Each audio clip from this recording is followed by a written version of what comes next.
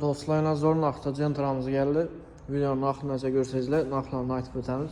Maşinimiz 23-cü il avtomatik korobka boladı. Qara rəngdə 4 dana yumşaq balona taşalğan. Pakalina metalları bağ, kraskaları Radnoy.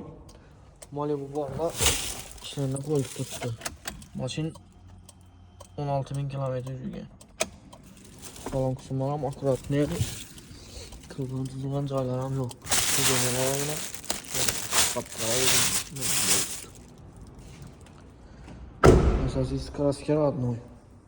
Metalları bağ. Maşının baxasına gələdəm olsaq, baxası 185 milyon son.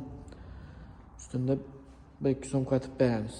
Yəni, gələ verəsilə naqdıl, kredit, barter, həmməsi var. Qara Centrama baxa verəm o təslə. Like, kommentlərini qalır asla. Yəni, trenddən düşmün yazır bu Centramız.